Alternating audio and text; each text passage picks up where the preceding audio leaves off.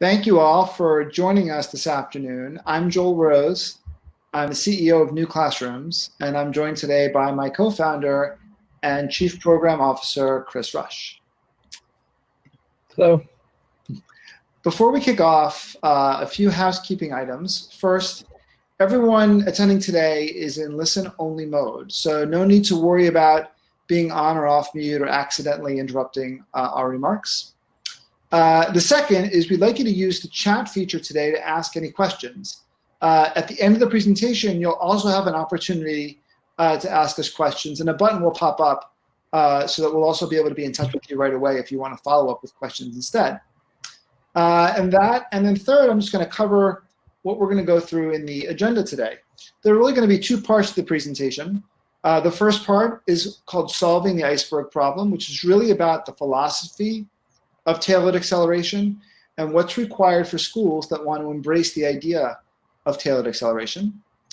And then I'm going to turn over to Chris, who's going to talk about the Teach-to-One solutions that can bring tailored acceleration to life. That includes Teach-to-One Roadmaps Free, Teach-to-One Roadmaps Plus, and Teach-to-One 360. First, a little bit about New Classrooms. We're a nonprofit organization founded in 2011. We operate in middle and high schools across the country, a program called Teach-to-One. We've worked in 16 states, served 50,000 students. Our focus has exclusively been on middle and high school math through Algebra 1. We've gathered reliable data every single day for almost the last decade about student performance, and that's really informed how we've improved the program over time. It's built a really deep understanding of how students actually learn math. So what do we mean by the iceberg problem and tailored acceleration? Well, here's the problem that we're trying to solve.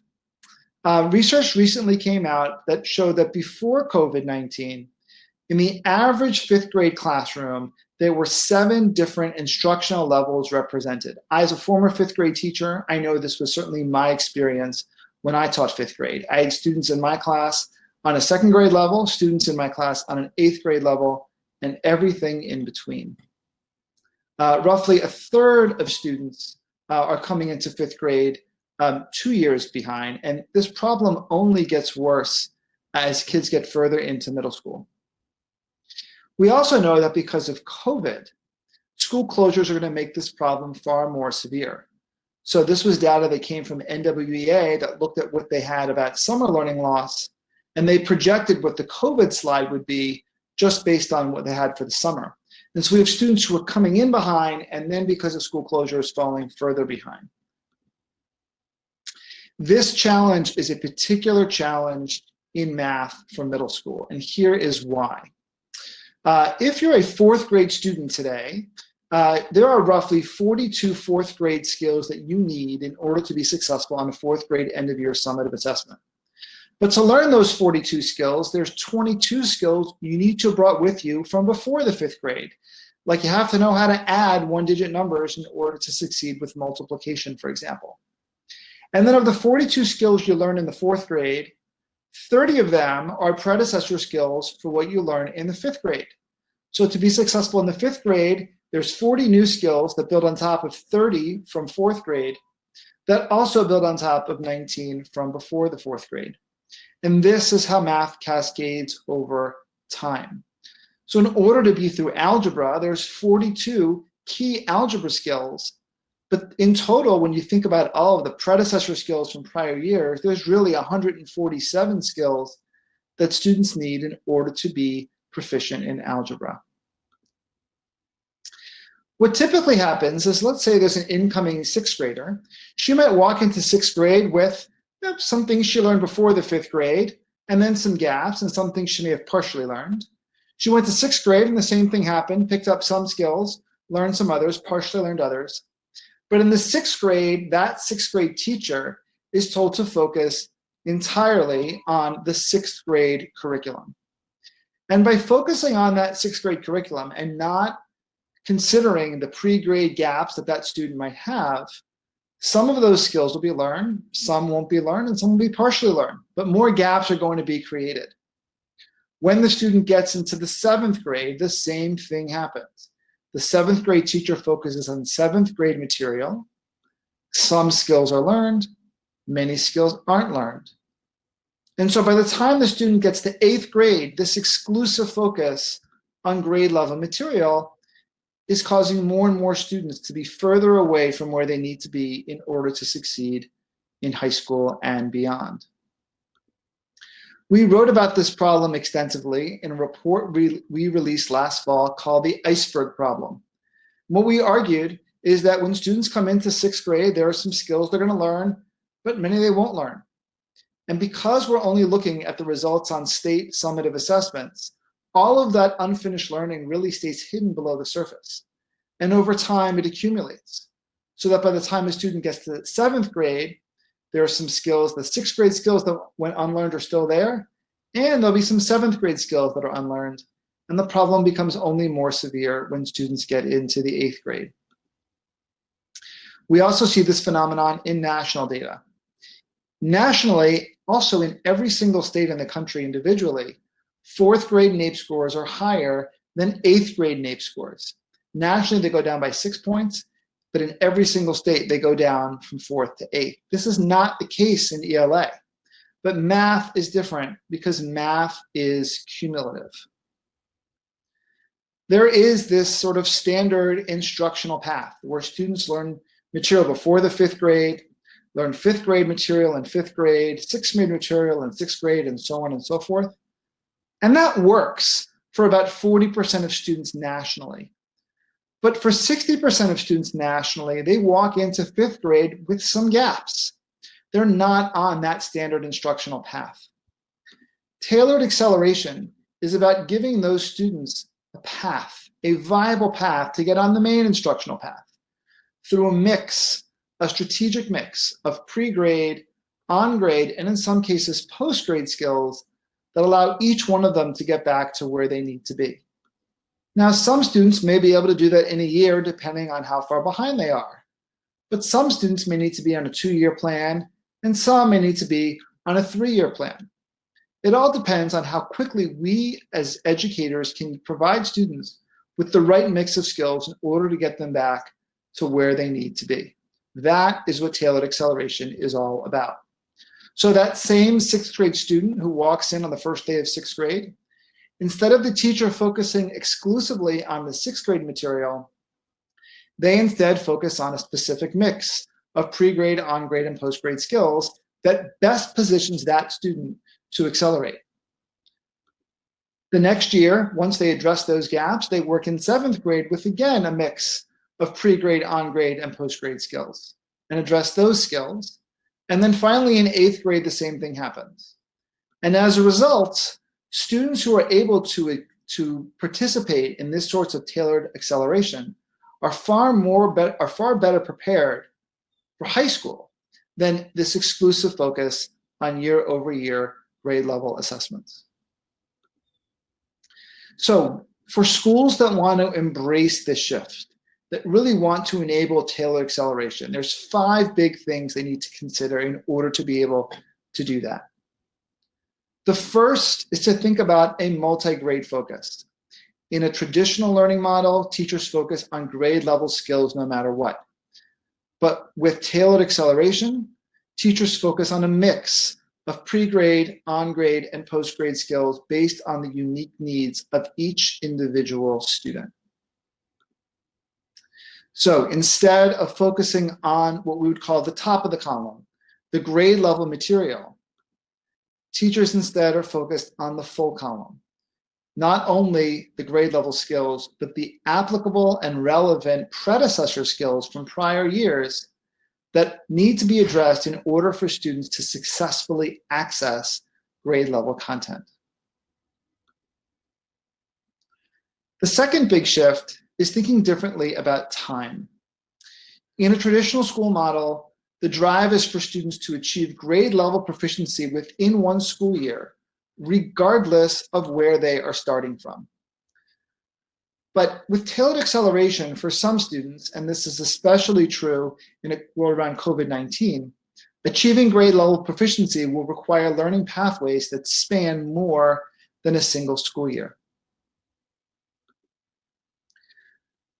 So that might mean that, let's say you're in the 7th grade and you're able to see a diagnostic assessment, which Chris is going to share with you earlier. And based on that diagnostic assessment, it looks like the number of skills that a student needs to master in order to get to proficiency in 7th grade is just too many, that it's highly improbable that a student can master all of those skills to achieve 7th grade proficiency within a single school year. For that student, they may be better off working on the algebra column and actually spending 2 years focusing on achieving algebra than spending 1 year focusing on achieving 7th grade proficiency. This is what will allow that student to get back on the path. This does mean that some skills and some 7th grade skills may be deprioritized. And there's nothing that would prevent the student from actually going back and learning those skills once the algebra column is finished. But what tailored acceleration is about is saying, let's not pretend that we can teach students 6 years worth of material in 3 years. Let's actually make sure that each student is on an ambitious but a viable path to get them back to proficiency, and by strategically selecting the right skills that would enable them to do that. The third shift is a shift that's focused on mastery. Teachers in the traditional model are told to make sure students are exposed to grade level curriculum. That is what's paramount. Take the first standard from the first day to the last day and be sure you cover all of the standards. With tailored acceleration, what matters is mastery, understanding exactly what students know and don't know, and measuring success based on the skills that they learn, not necessarily on the skills that are covered. In today's day and age, and frankly in all days and age, students can't get jobs or can't get admitted to different colleges just because their teachers have covered curriculum. They achieve those milestones when they've mastered that curriculum. The fourth is measuring true learning growth. In a traditional school model, growth reflects changes in performance relative to grade level skills. States measure growth by looking at how did students perform on the 6th grade assessment, and then comparing that to how do they perform on the 7th grade assessment, when in reality, there are very different skills that are on those 2 assessments. With tailored acceleration, growth reflects progress on their own path of pre-grade, on-grade, and post-grade skills, that path that's required to get them to proficiency. In this case, different assessments can be used to measure growth. For example, the NWA MAP assessment has been shown that if students achieve the 61st percentile by the time they get to 8th grade, they are on a college and career-ready trajectory.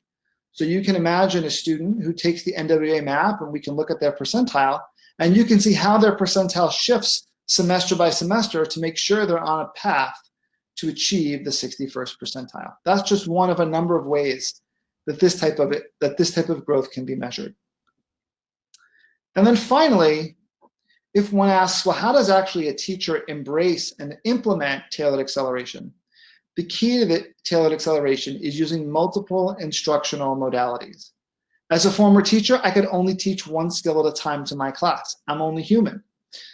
But in a multimodal classroom, rather than teaching the same skill to all students at the same time, teachers can enable different approaches at the same time. Teachers can work with students live, teachers can work with software, or students can learn from each other collaboratively. And by embracing all of these different modalities, different skills can be taught at the same time to different students, and that's what enables students to progress along their own tailored path. And by the way, our programs can be operated with different modalities in different contexts. So the 3 types of modalities that we enable, teacher-led instruction, collaborative learning, and independent learning, can all be done both in school and remotely. So those are the 5 shifts: a multi-grade focus, strategic use of time, a focus on mastery, measuring true learning growth, and multiple instructional modalities. And now I'm going to turn it over to Chris, who's going to talk about how we bring this concept of tailored acceleration to life. Chris? All right, so Joel just shared with us the theory of how all of that works. And I want to show you some of the tools that allow us to bring that to life. And we do that through a few different offerings. And the first one I'm going to talk about is Teach to Win Roadmaps, our free version that we have available to schools, parents, students all across the country. So with that, let's dive right in.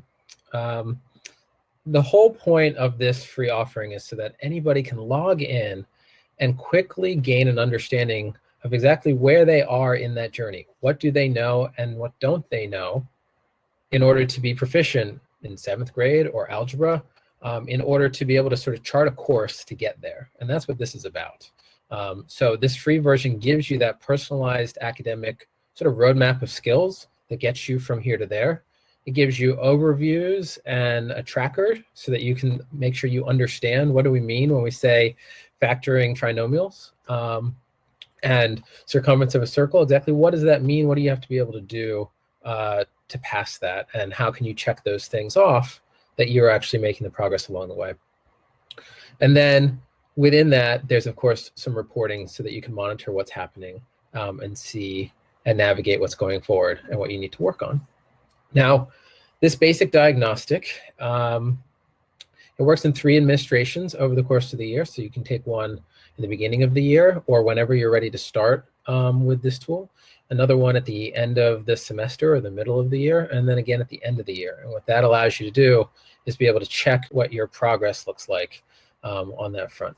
It's a standard length of time as far as any sort of diagnostic adaptive assessment, so about 70 to 100 minutes, but it can be broken into multiple parts. 3 parts that you can do it all in one sitting, or you can spread it out over multiple days along the way. And this is really set up for students anywhere from 4th grade through high school algebra. And high school algebra can be taken and mastered by middle school students or all the way up through 12th grade and even into college in many cases. We know, especially in times of COVID, that accessibility is key. So being able to use it on a desktop, a tablet, a mobile device, it works for a student on all of those, in all of those platforms. But there is some advanced reporting that a teacher or an administrator can use in some of our upgraded versions that does require a desktop because you're looking at a lot of data.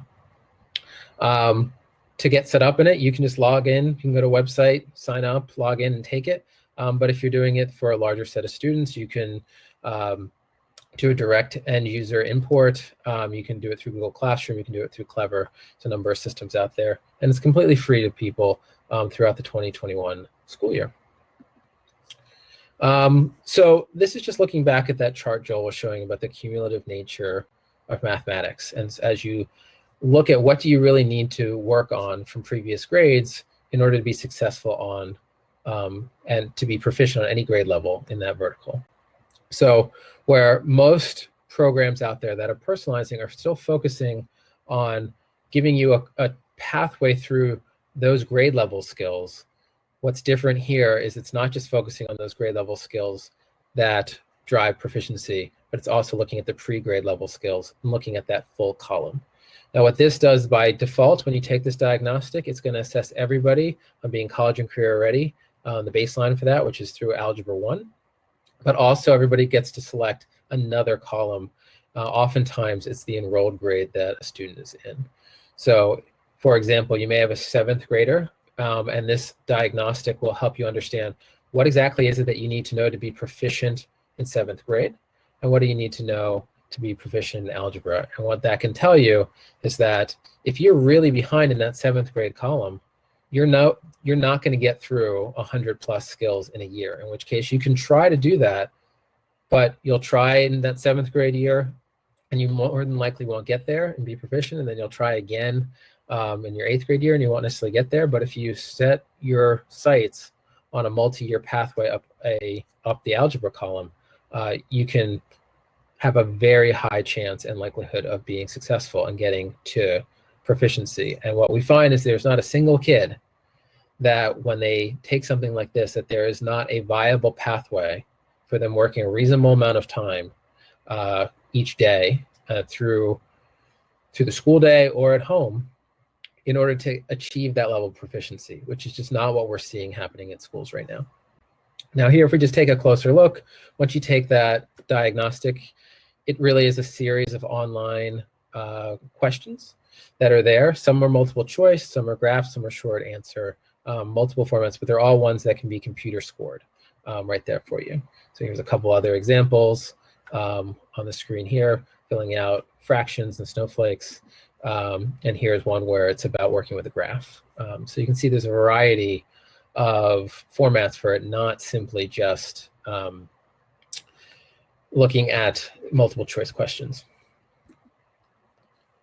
Once you take that diagnostic, you ultimately get a roadmap. It's filled out for you. It's saying, okay, in this particular case, we're looking at a student who is looking at their roadmap in the algebra column in order to be proficient in algebra, and it's showing how many skills in each grade level that student already knows, and therefore how many more they need to work on, and a roadmap is built for them that will sequence and take them through that. In many ways, if you think of this as going to Google Maps, it's like entering your starting point and your destination. So let's say I may be starting in Washington, D.C., and I'm going to Boston. It allows me to really chart that course and give you the turn-by-turn, skill-by-skill directions on how we're going to get that student to proficiency or to that destination. And by the way, when we say skill, we mean both procedural and conceptual understanding of that skill. It's critical that students understand it conceptually and can't just do the procedural. Otherwise, it's not going to help them as they move in to work on more advanced skills. Alternatively, the student may have chosen to work on the 7th grade roadmap, in which case it's laying out what would they need to work on there. And this way it becomes a choice, whether that's for the student or whether or not it's teachers who want to make that choice as far as what pathway to have students working on in order to get them to proficiency. Here's just another view of once you start diving in off the dashboard, you can see summaries of where you are, which is there on the right, which is showing you how many skills you have remaining, what you've completed, what you might have placed out of, as well as some example skill cards that are there as you start diving into skills. And then there is a broader concept map that allows you to understand the context of why you might be working on this skill and where it fits into the larger mathematical progression and set of information. Now, as you continue and work through your roadmap, you will see your totals and your summary update on your dashboard. So as you can see here in the algebra sort of column here, we see that those different grade level boxes of skills are starting to fill up as a student is making progress. Now, this is just looking a little bit more closely at what do you see as you start working on these skill cards. Here, there's some examples as you start proceeding through those. They start lighting up about which ones you're struggling with, which ones you've passed, and there are some extra activities that you can do right there on there. Here's a deep dive into some of those summaries that are available. Here you can see over your full roadmap that you may have 60% of it still remaining. You had placed out a 25% of it, and you've worked on 15% of what is needed in that space. And there's some additional details about how it's spread out across multiple grades or multiple strands, and what's been inferred and attempted that allows someone to explore really what it is that they need to work on. You can also look at it by strand. Here's a breakdown looking at by algebraic thinking, or you can look at it by grade level. Let me see all the 7th grade skills that I have there. So it's really a whole navigation and reporting tool set to explore all the things that you might need to work on in order to be successful and to achieve proficiency. In this free version, there's a dashboard for teachers where all of their students are here and listed for them with some basic stats, and then teachers can dive in to look at each individual student's roadmap. But the advanced features to be able to slice and dice larger sets of students, classes, whole schools, districts, that's part of the Roadmaps Plus, which I will jump to now. So Roadmaps Plus is sort of a logical next step of this. Instead of just having that sort of turn-by-turn directions of what you need to work on in the tracker, it's actually going to help you go through that journey. And what it adds here is that there are a set of formative assessments. So when you think you know something, you're not just checking it off the list like you do in the free version, but you actually take an online assessment to sort of prove and show that you have achieved the understanding, the level of mastery necessary to check that off and move through your roadmap, which means that it's a much higher level of confidence and validation for what's going on. Also, as you're working on things, things don't always go according to plan. So in this plus version, there is ongoing adaptivity to the roadmap that's there. Maybe you are working in your regular class on Tuesday and Thursdays in school, and you're only working on your roadmap when you're home, when you're remote on Monday, Wednesday, Fridays, which means there's some work you did on the roadmap in order or sequence as we had laid out for you, but there's some other stuff that you picked up out of sequence. You can come right into the system, take a quick 5-question assessment, show you know it, it'll check it off, and then based on all of your learning, it will reroute you to try to find the most efficient way for you to get to that level of proficiency. Now, also, there are lesson materials in here, so if you want to work on the skills in your roadmap, again, it's not just a tracker as you get to plus. We are pulling content from more than 200 different providers in order to find the best of breed lesson for each skill. So it might be that we're using a Pearson textbook for some adding fractions lessons and some McGraw-Hill lessons for decimals, and we're really finding what is working best for students and just pulling out those specific lessons rather than having to buy a full subscription to each of the different content providers out there.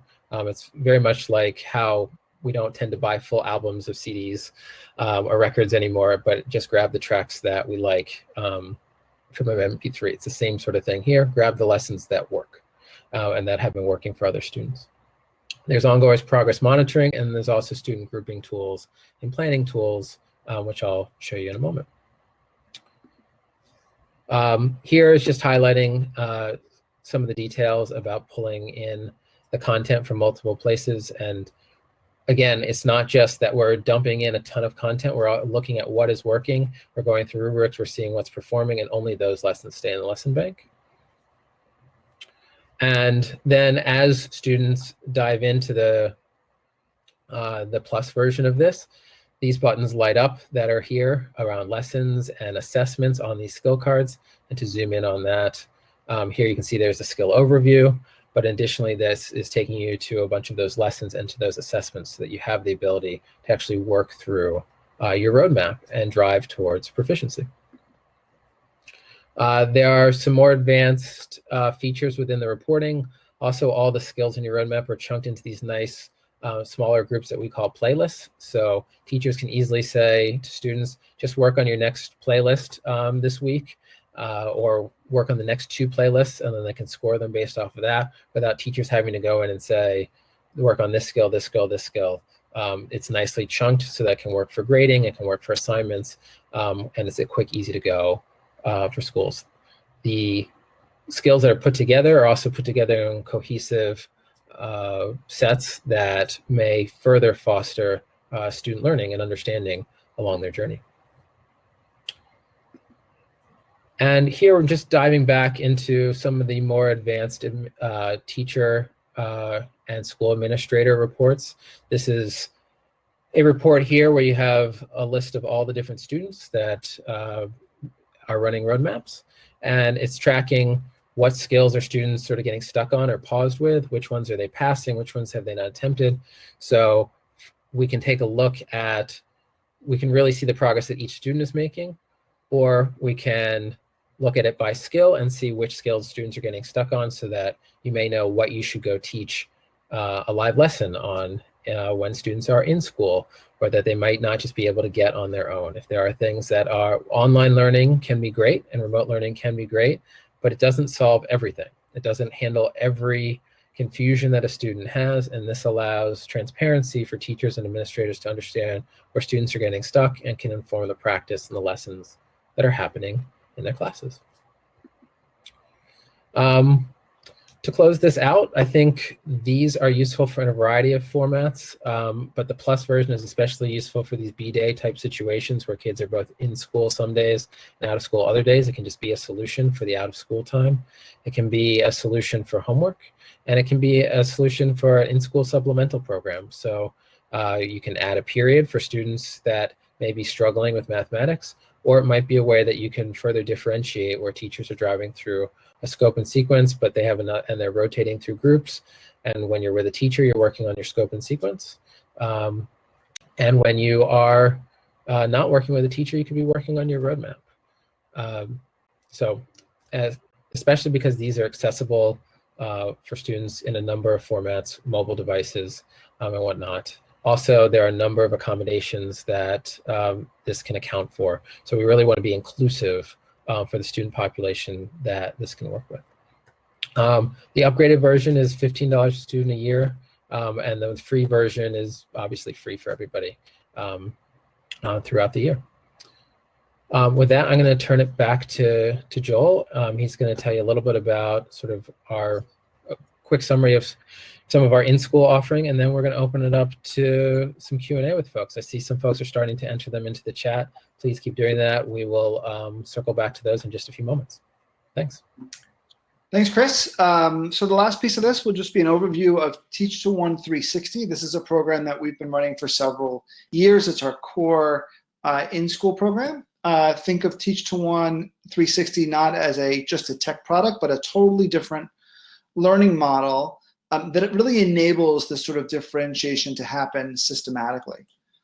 And here is how it works. So the purpose of Teach to One is to provide teachers with a comprehensive multimodal adaptive program that enables teachers to implement tailored acceleration for each student.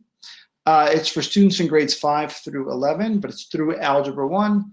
But the program actually uses the power of multiple educators working together in order to enable individualization. So in this case, there's full integration and planning automation. There are daily teacher and student schedules based on daily assessments. There's multimodal learning, and there is a coherence with students both in school and remotely. We have the same, in fact, there's more lessons in our core program than there are in roadmaps from all these different providers. And the way it works is if you imagine you're a 7th grader and you have reading first period in room 206, and you have PE second period in the gym, third period you have math. And instead of walking into room 105, you walk into what's typically a big open space with lots of different stations. In some stations, kids work with teachers.